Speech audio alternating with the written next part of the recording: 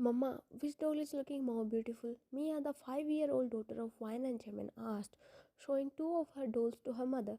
Wine, who was chopping vegetables, shifted her attention to the newly dressed dolls in each of her hands. Let me think. This one or this one? Wine placed her index finger under her chin, acting as if she were in deep thoughts. Oh, I got it. The most beautiful doll is my butterfly. She chirped and grabbed Mia, tickling her sides. Mia's melodious laughter, along with Wine's sweet giggles, filled the living area, coloring it with the shades of happiness. Mama, stop, please stop. Mia said in between her giggles. Wine stopped tickling Mia and she lay down on the floor, taking long and deep breaths. When will Dad return from his office? It's been a long time since he played with me. I miss him. She pouted and shifted towards Vian, pushing her tiny body off the floor. She hugged Vian's legs and placed her head on her knees. Seeing the sudden gloomy expression etched on her face, Vian stroked her head. Butterfly, Dad has been a little bit occupied with work lately. When he's done with it, he will definitely play with his princess. When will he be free? I don't see him at home often. He doesn't read me bedtime stories. Mama, has he started hating me? Am I not a good kid anymore? No, no, sweetie. My butterfly is the best. Vine shook her head and picked her up, adjusting her on her lap. Tell me one thing. Whenever your teacher gives you a new activity to perform, what do you do? Vine asked, trying to make her understand.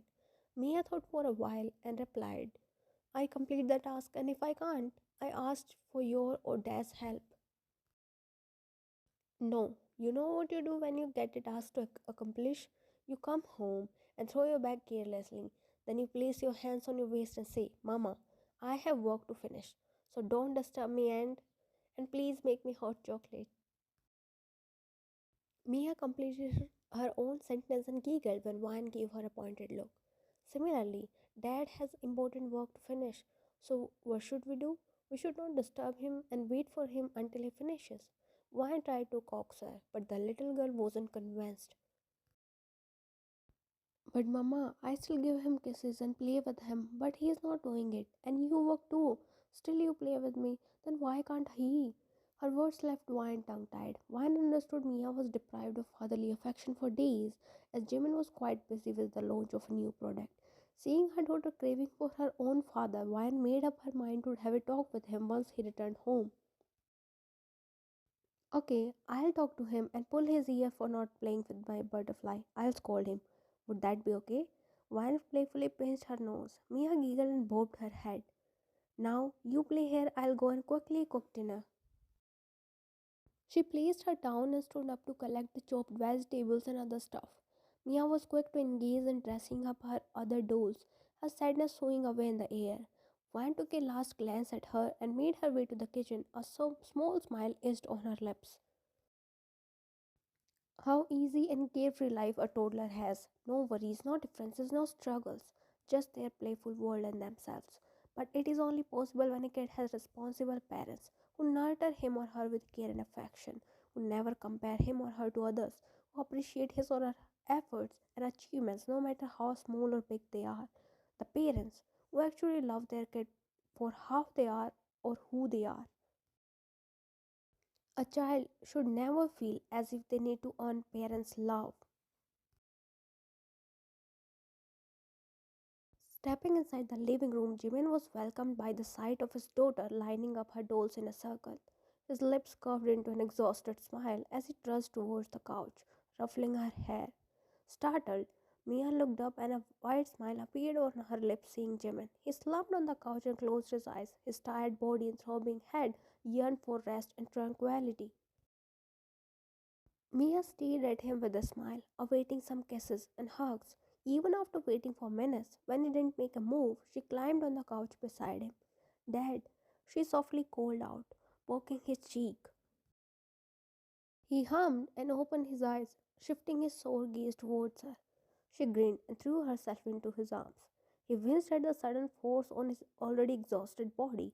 Nonetheless, he wrapped his arms around her and peppered her face with kisses. She laughed as his day-old stubble tickled her. Dad, I missed you. she murmured, snuggling her face in his chest. He let out a weary sigh and tightened his grip on her. Me too, he murmured and placed a few kisses on her head. Nestling her closer in his embrace, he proceeded to lie down on the couch. A relieved sigh escaped his lips as his back pressed against the soft, bouncy surface.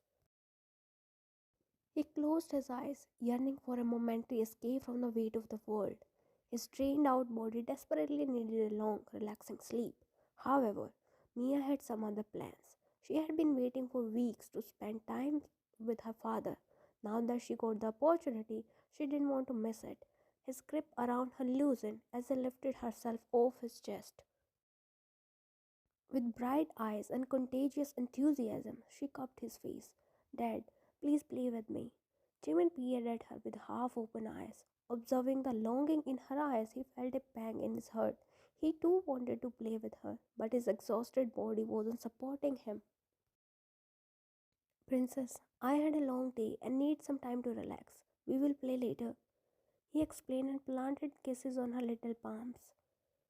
Her lips puckered into a pout. As the innocence of a child's heart knows no boundaries, she asked once again, please, Dad, just for a while. Jimin, though exhausted, still tried to refuse gently. Mia, baby, I also want to play with you, but I am so tired. Maybe tomorrow?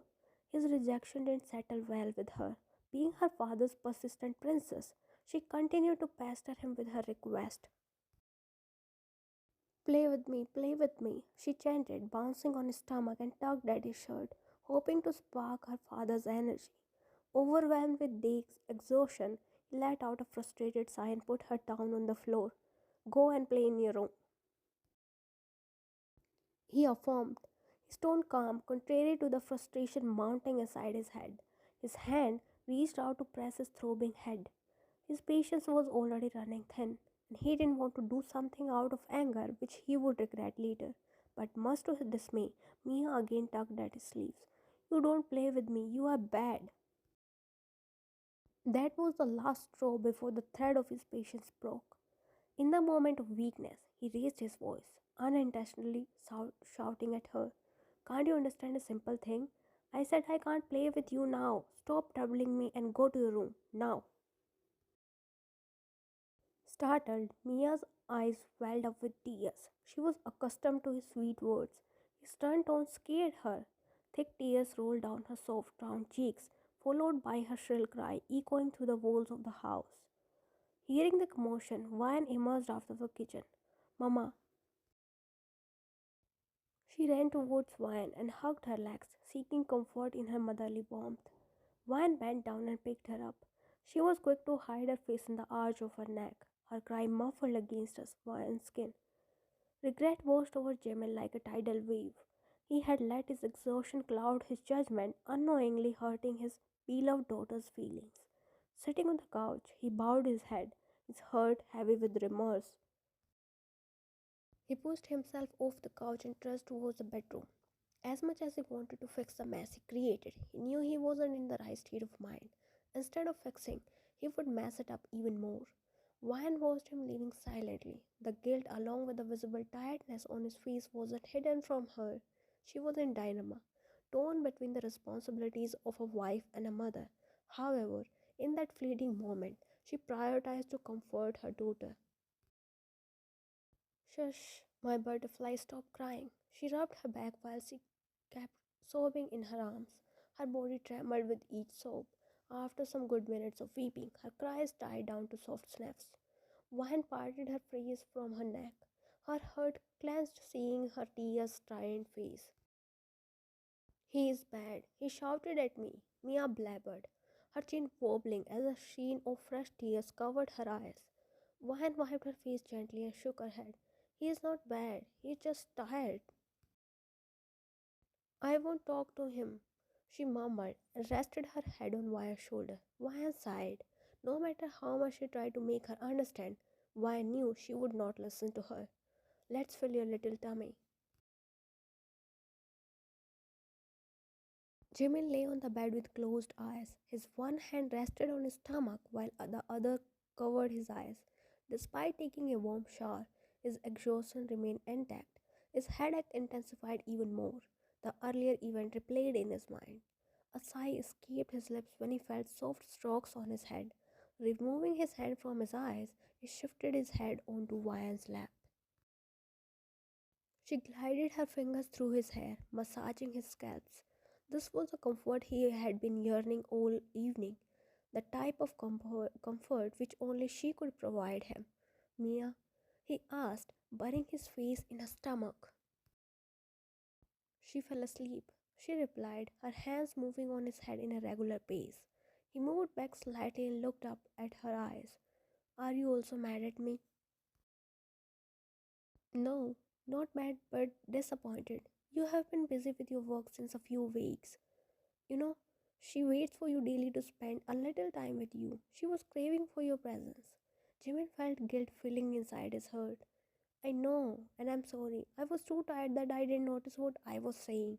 I let my frustration blind my senses and yelled at her. I'm sorry.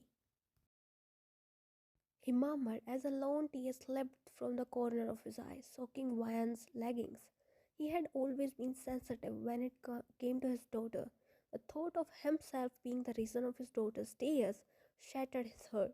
What if a small incident caused big differences between them? I really didn't mean to shout at her. I know, you don't have to apologize to me. Sometimes we couldn't control our emotions and did something under the influence of our sentiments. It made us human. But next time, try to keep your emotions in control, especially in front of Mia. We don't want to scare her away, do we? One asked, wiping the tears that flowed from his eyes. He bobbed his head, partially relieved and partially remorseful after her explanation. Come on, now get up and eat something. Wine tugged at his wrist in an attempt to pull him up, but he shook his head. I don't feel like eating now. I'll eat later. Jimin, Wine pronounced sternly. He let out a groan and sat upright. Wine reached out for the plate at nightstand which she had brought with her and placed in front of him. Did, did Mia eat? He asked when Wine forwarded a morsel in front of his lips. Yes, I fed her. Now eat. And you? Did you eat? Wyan smiled and put the morsel in her mouth. I did, now your turn. He chuckled and ate the food she fed him. They ate dinner, feeding each other. At the end, the stomach was full, so was their heart, full and contented, yet craving for more. I'm coming in a few minutes, then I'll give you a head massage, she said as she got up from the bed holding the now empty plate. It's fine, I'll take a painkiller. It will be gone till morning. No way you are taking any more painkillers. I know you had plenty of these in those few hectic weeks. Wait for me, I'll come back quickly. She rushed outside. Jimin sighed and lay down on the bed. His headache wasn't bothering him anymore, Mia being the center of his thoughts. Your hands are magical, he murmured with closed eyes, enjoying his wife's massage.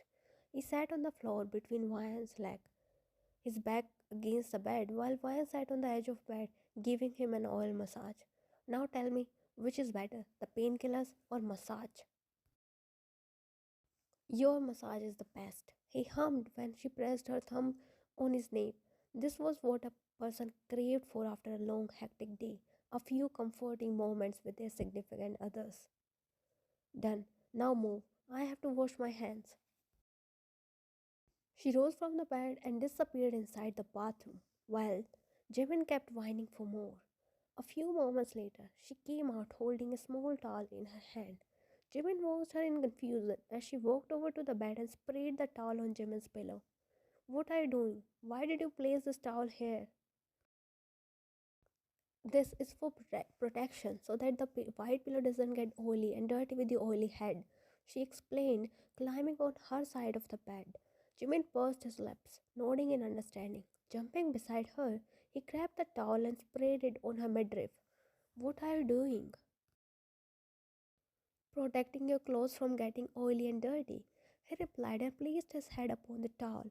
A small smile appeared on her lips due to his action. She pulled the blanket with her feet and covered both of them. With a serene and contented smile, they slipped into their dreamland. Fan woke up and she was surprised to see Jimin cuddled up against her.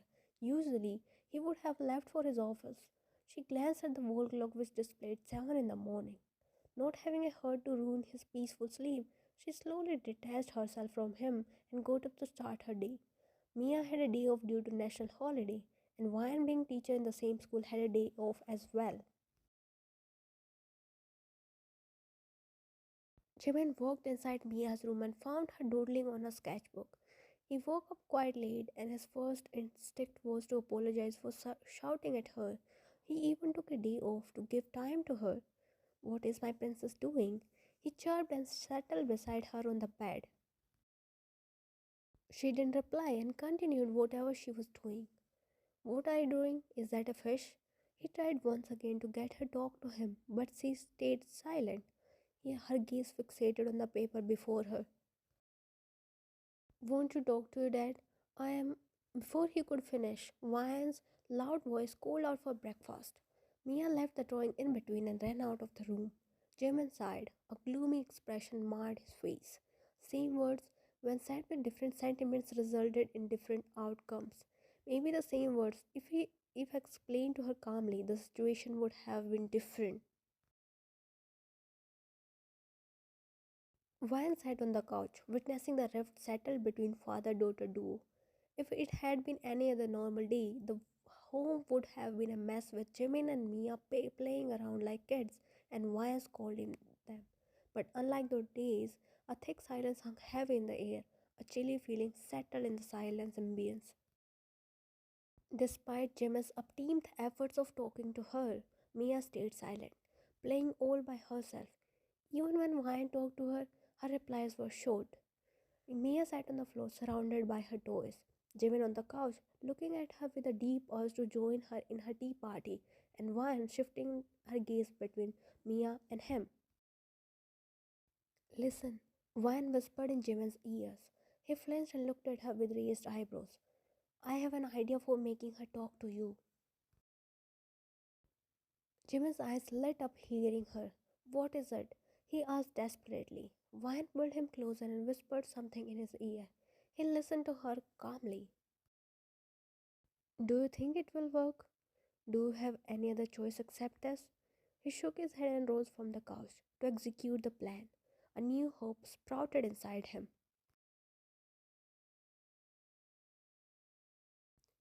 "Princess," he called out, entering inside her room. It's been 2 hours since he was going to execute the plan. Now he just hoped to mend the once joyful bond they shared. "I know you are angry at me, but I want to show you something. Come with me." He extended his hand towards her. Mia's gaze shifted between his outstretched hand and his face, deep in contemplation. After careful consideration, she reached out and clasped his hand in hers. In response, a warm smile illuminated his features, and he led her out. "Check the box." He pointed at a big brown cardboard box placed in the living room. Her eyes filled with enthusiasm as she stepped towards the box and opened its cover. A cute, fluffy little puppy jumped outside and stood before her, wagging his tail with unbridled excitement. Mia's eyes widened with pure delight as she gazed at her new furry friend. "It's so cute and tiny. Did you bring it for me?" She bent down and stroked his head. It woofed and wagged his tail, enjoying her sweet treatment. "Yes, it's yours. I brought it for my princess. And I'm really sorry for shouting at you yesterday. I promise I won't ever raise my voice at you." He crouched down beside her. In that instant, layers of hurt and sadness melted away, replaced by unconditional love. Her tiny hands wrapped around him, forgiveness shining in her eyes. "I'm sorry, Dad. I troubled you and called you bad. I swear you are the best." Jimmy chuckled and cocooned her in his arms. A relieved sigh escaped his lips. He felt light, as if a heavy burden was put off his shoulder. "Are we okay now?" "Yes." She cheered and tiptoed, placing a kiss on his forehead, a habit she acquired from her mother. The moment of affection was interrupted by the little creature who poked his head in between them, wanting to be a part of their hug. "What is his name, Dad?" "Charlie." No, no, Charlie, I want to name him Barbie. But he's a male. Can't we name him Barbie? Mia pouted, showing her doe innocent eyes. Jimin melted then and there and nodded his head in a heartbeat. Come on, Dad, we will have a tea party with Diana and Sophia. And Barbie, you can join us as well. She tagged Jimin towards her doll circle. Each doll had a specific name and trait, which Jimin had memorized by heart. As the puppy understood the assignment, he followed them. They started a tea party with a top class businessman, his princess like daughter, their furry dog, and a huge collection of dolls. Amidst all this, Maya stood at one corner. A serene smile danced on her lips. The once gloomy house resonated with their laughter, turning into a lively home. She advanced towards the kitchen to bring popcorns to watch her husband getting bullied by his daughter and her dolls. Parents are not perfect. Dads and moms make mistakes all the time. How they handle this situation will be an important life lesson for their children.